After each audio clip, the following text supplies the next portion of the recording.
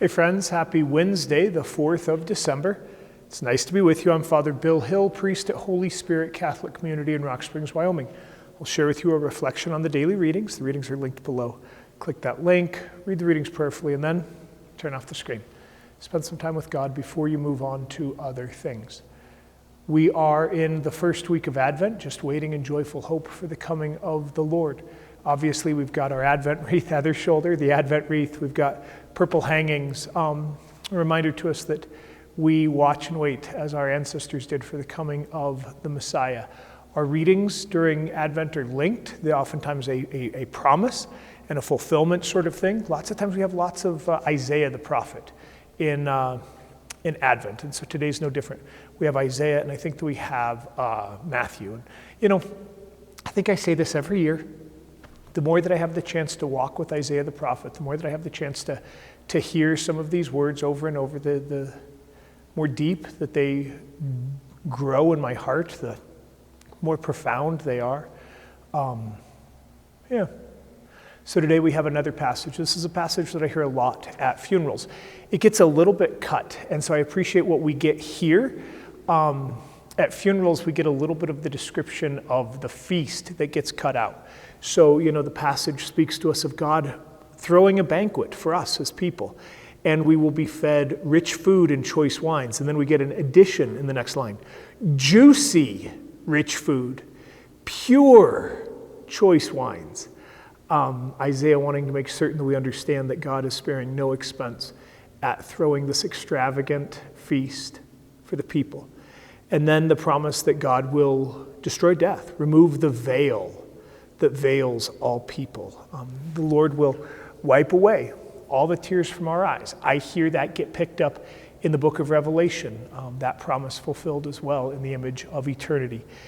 It's on a mountain that God gathers the people. This matters to me as a person in Wyoming because, of course, so often I have encountered God in some of the awe and the grandeur of our mountain landscapes. Of course, this mountain is probably Mount Zion in Isaiah's mind. This gets picked up in Christian devotion as like, you know, the place where Jesus is crucified, Calvary. So then in the gospel, promise, fulfillment. We hear Jesus who goes up on the mountain.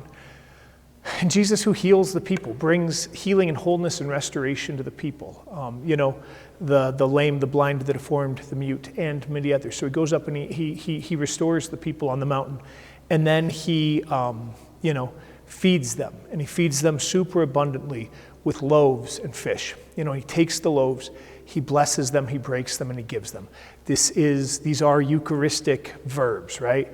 And so we are intended to be thinking about what we celebrate here, where the Lord gathers us. Oftentimes architecturally on a raised place, so that we too can be fed by the Lord.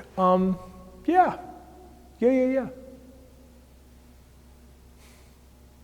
What does the celebration of Eucharist mean for you? How does the Lord feed you rich, choice food, pure, choice drink, choice wine at this Eucharistic banquet? How does Jesus care for us in super abundance by our participation in this communal remembrance, but also communal looking forward to eternity? How is it that every Sunday or every time that we gather, that this is a fulfillment of some of the promises of God?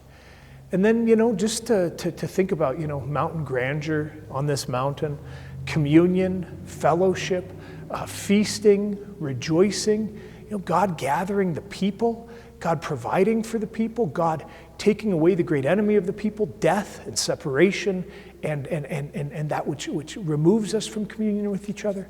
Like, where do our hearts just long and ache and dream in the midst of this and look forward to the fullness of God in Jesus Christ? All right, friends, read those readings prayerfully. Turn off the screen, spend some time with God before you move on to other things.